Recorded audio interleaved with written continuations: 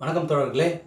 இன்றைய பதிவு மீனம் ராசிக்கு ஜென்ம சனியால் என்ன பாதிப்பு வரும் அப்படின்ட்டு தான் பார்க்க போகிறோம்.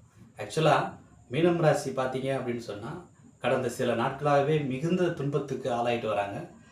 அவங்களுக்கு ஜென்ம சனியாக வந்திருக்கிறதால சனி பகவானால ஏகப்பட்ட பிரச்சனை. ஒரு விஷயம் நடக்கிற மாதிரி இருக்கும், ஆனால் அது கைக்கு கிடைக்காது, நடக்காது.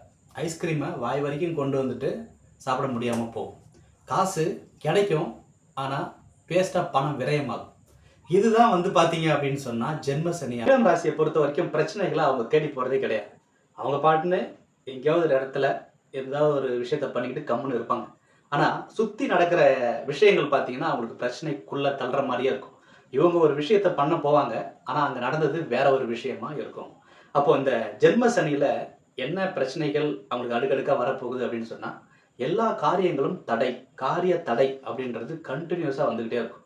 ஒரு விஷயத்தை கையில் எடுக்கும் பொழுது தடை, ஒரு காரியத்தை கையில் எடுக்கும் பொழுது தடை, இந்த மாதிரி தடை தடை தடை அப்படின்ட்டு வந்துக்கிட்டே இருக்கும். இது எப்போ ஓரளவுக்கு ரிலீஃப் ஆகும் அப்படின்னா, ஜூன் மாதம் 2ஆம் தேதி குரு பெயர்ச்சி நடக்க போகுது. அதுலேருந்து ஓரளவுக்கு மீனம் ராசி கொஞ்சம் ரிலீஃப் கிடைக்கும். இப்போ இருக்க பிரச்சனைகள்லேருந்து ஓரளவுக்கு சுமாரான பிரச்சனைகள் கொஞ்சம் நிற்கிறதுக்கு வாய்ப்பு உண்டு.